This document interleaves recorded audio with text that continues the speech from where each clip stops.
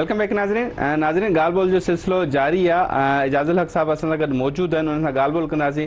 एजाज साहब, जैसे कि हम थोड़ा सा पीछे जा रहे हैं, हम पहले शुरू में इमरान खान साहब का दौर डिस्कस किया, मुशर्रफ साहब का थोड़ा सा दौर डिस्कस किया।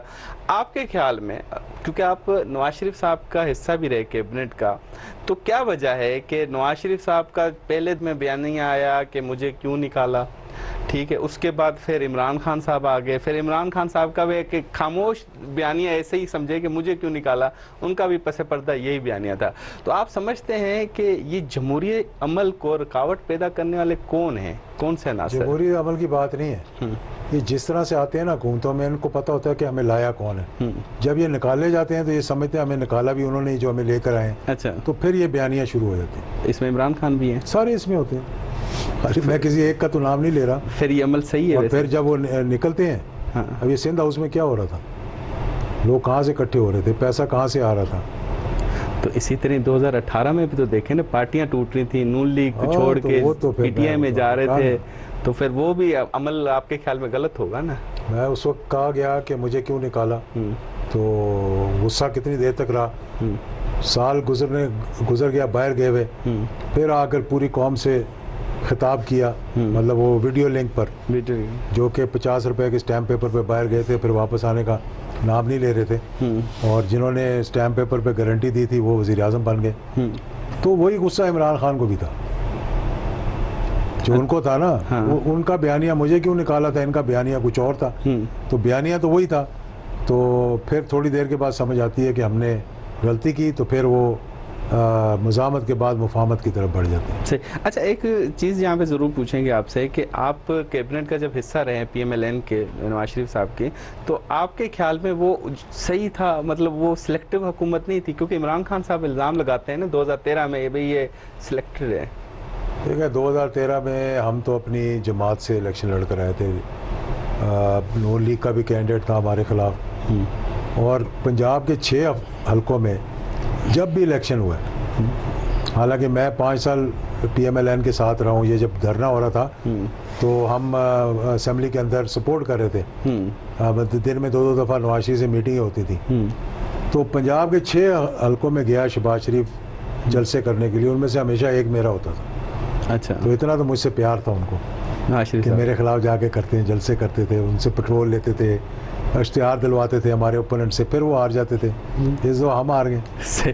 अच्छा, ये वैसे आपने बड़ी अहम बात बताई कि नवाज शरीफ साहब आपके खिलाफ भी रहे हैं, आप अपने कैंडिडेट शुरू से रहे हैं। तो नवाज शरीफ के बारे में तो तासुर था कि वो जनरल ज़िया साहब के खास, तो मतलब बिल्कुल उन्होंने अपनी उम्र भी उनको लगाई थी, उनको अपना बच्चा भी समझते थे। बल्कि जब 88 में क्रैश हुआ, उसके बाद मियाँ साहब शाह महमूद कुरैशी साहब के वालिद को लेके, गवर्नर को लेके, जनरल फजल हक को लेकर मेरी वालदा के पास आए कि मेरे बस की बात नहीं है, या आप लड़ें या एजाजुल हक को लड़वाएं। तो मेरी वालदा ने कहा कि उम्र तो तुझे लगाई थी, तू हमारे बच्चों की तरह, तू आगे लग, ये तेरे पीछे लगेंगे। तब वो जाके बने। अगर हम उस वक्त खड़े हो जाते तो ये PML जो है वो पाकिस्तान मुस्लिम लीग हमारे पास होती है। अच्छा, आपके ख्याल में नवाज शरीफ साहब वाकई भी मतलब कि शुरू से, क्योंकि आप फर्जंद हैं ज़िया साहब के, आपके ख्याल में सिलेक्ट हो के आगे सियासत में आए, उनमें इतनी एबिलिटी नहीं थी नवाज शरीफ साहब? यार ये किसी का कहना कि एबिलिटी थी कि नहीं थी, बस किस्मत थी, ये कहें आप। दूसरा ये कि आपने कहा ना कि सिलेक्शन तो IGI कैसे बनी थी। मतलब मैंने तो नहीं बनाई थी ना। मुझे भी पैसे दिए थे, मैंने वापस कर दिए, मेरा नाम तो उस लिस्ट में नहीं है। नवाज शरीफ साहब का नाम है, बहुत से हमारे सिंध के लोगों के नाम है, MNS के बड़े बड़े जो बुजुर्ग गुजर चुके हैं, जो इस दुनिया में भी नहीं है। इसी तरह यहाँ पंजाब के बहुत से लोग थे जिनको पैसे मिले थे, तो मेरे घर भी छोड़ कर गए थे, हमने वापस दे दिए, इसलिए हमारा नाम नहीं है उस लिस्ट के अंदर। नवाज शरीफ साहब तो मतलब IGI बनवाने के लिए ना, नवाज शरीफ साहब के नाम के आगे तो 35 लाख रुपए लिखा हुआ था। उन दिनों में 35 लाख बहुत बड़ी पैसे होते थे, बड़ी रकम होती थी। 2.5 लाख में तो इंसान इलेक्शन लड़ता था, जो अब मतलब करोड़ों में लड़ते हैं लोग जाके। सही। अच्छा एजाज साहब, सियासी दौर अब थोड़ा सा पीछे की तरफ जाएं। नवाज शरीफ साहब आपने खुद बताया कि वो किस्मत थी उनकी, वो आ गए सियासत में। अगर वो ना होते तो आप कल जैसे आप खुद कह रहे हैं कि आज PMLN की जगह PMLN ज़िया होती और वो बरसर इक़्तिदार होती, तो क्या वजह थी कि नवाज शरीफ साहब सियासत में आए और फिर आखिर में जिस शख्सियत ने उनको आगे प्रमोट किया उन्हीं के खिलाफ, मतलब उन्हीं की जो नैरेटिव था उन्हीं के खिलाफ वो होते गए, तो ये दोहरा मेयार उन्होंने क्यों अपनाया होगा? दोहरा मेयार उन्होंने अपनाया। देखें 1989 में पहली बरसी हुई जनरल ज़िया-उल-हक शहीद की, शोधा बावलपुर की। उससे लेकर 1999 तक अगस्त में वो स्टेज पे थे। अच्छा। कोई साल उन्होंने मिस नहीं किया। बाद में मुझे लगता है कि जब मुशर्रफ का साहब की हुकूमत आई और कू हुआ, इन्होंने उनको निकालने की कोशिश की, उन्होंने इनको निकालने की कोशिश की, तो इन्होंने पहले उनको निकाल दिया और वो कामयाब हो गए, ये हार गए। उसके बाद इनके साथ कोई थोड़ा सा वो पीरियड जब ये अटक में थे तो उससे कोई इनके साथ ज़्यादती हुई होगी, किसी ने कोई ज़्यादती की होगी, तो फ़ौज के ख़िलाफ़ इनके दिल में एक गुस्सा आ गया। ये नहीं कि खाली मुशर्रफ के ख़िलाफ़ आता, वो इनके आगे फ़ौज के ख़िलाफ़। फिर ये हमेशा से इनकी तारीख ये कहती है कि कोई चीफ़ ऑफ आर्मी स्टाफ नहीं आया 1988 से लेकर 1999 तक जिनसे इनका इख्तिलाफ ना पैदा हो।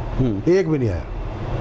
कोई एक अगर आया था ना तो मैं समझता हूँ कि मैं कहता कि बड़ा अच्छा हो गया। तो ये फिर उसके बाद ये इनका एक वो हमारे समझते हैं लोग के उस कुर्सी पे जब हम बैठ गए हैं तो हम इतने ताकतवर हो गए हैं कि हम जो चाहें हम कर लेते हैं। तो इंसान फिर कोशिश करता है कि मैं अकले कुल बन गया हूँ। अच्छा। और मैं सारी चीज़ों पे मैं हावी होने की कोशिश करता हूँ। अच्छा, अभी ये जो रिसेंटली आपकी मुलाकातें, ये मियां नवाज शरीफ साहब ने आपसे कोई रब्ता किया कि जी आप जैसे कुछ न कुछ रब्ता किया कि भाई हमारे साथ आए इस सारे मामलात में? जैसे जरदारी साहब फार्मूला तो आपको पता है तमाम सियासी पार्टियों को इकट्ठा लेके चलते हैं, तो आप क्यों पीछे रह गए इस मामले में? या आप आपकी राय नहीं थी, आपकी दिलचस्पी नहीं थी? मेरी उस वक्त दिलचस्पी की तो बात नहीं है, उन्होंने मुझसे रब्ता नहीं किया, लेकिन उनकी जो लोग हैं वो मेरे साथ रब्ते में थे।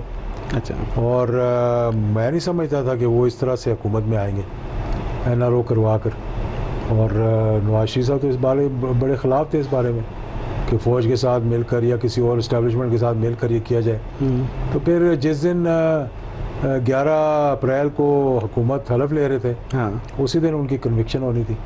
और फिर ये भी जो मरूसियत की बात है कि इधर बेटा उधर बाप, ये भी लोगों को अपनी पसंद आता, इसलिए सारी तब्दील हो रही है सियासत पाकिस्तान। आपके ख्याल में मरूसियत की सियासत नहीं होनी चाहिए? है जी, ये सियासत नहीं होनी चाहिए कि बाप बेटा और इस तरह नहीं, का बाप बेटा ये नहीं कि इधर बाप इधर बैठा बेटा उधर बैठा। बाप प्राइम मिनिस्टर है तो भाई जो है चीफ मिनिस्टर है या बेटा चीफ मिनिस्टर है। भाई इतनी बड़ी जमात है और लोगों को साथ लेकर चले।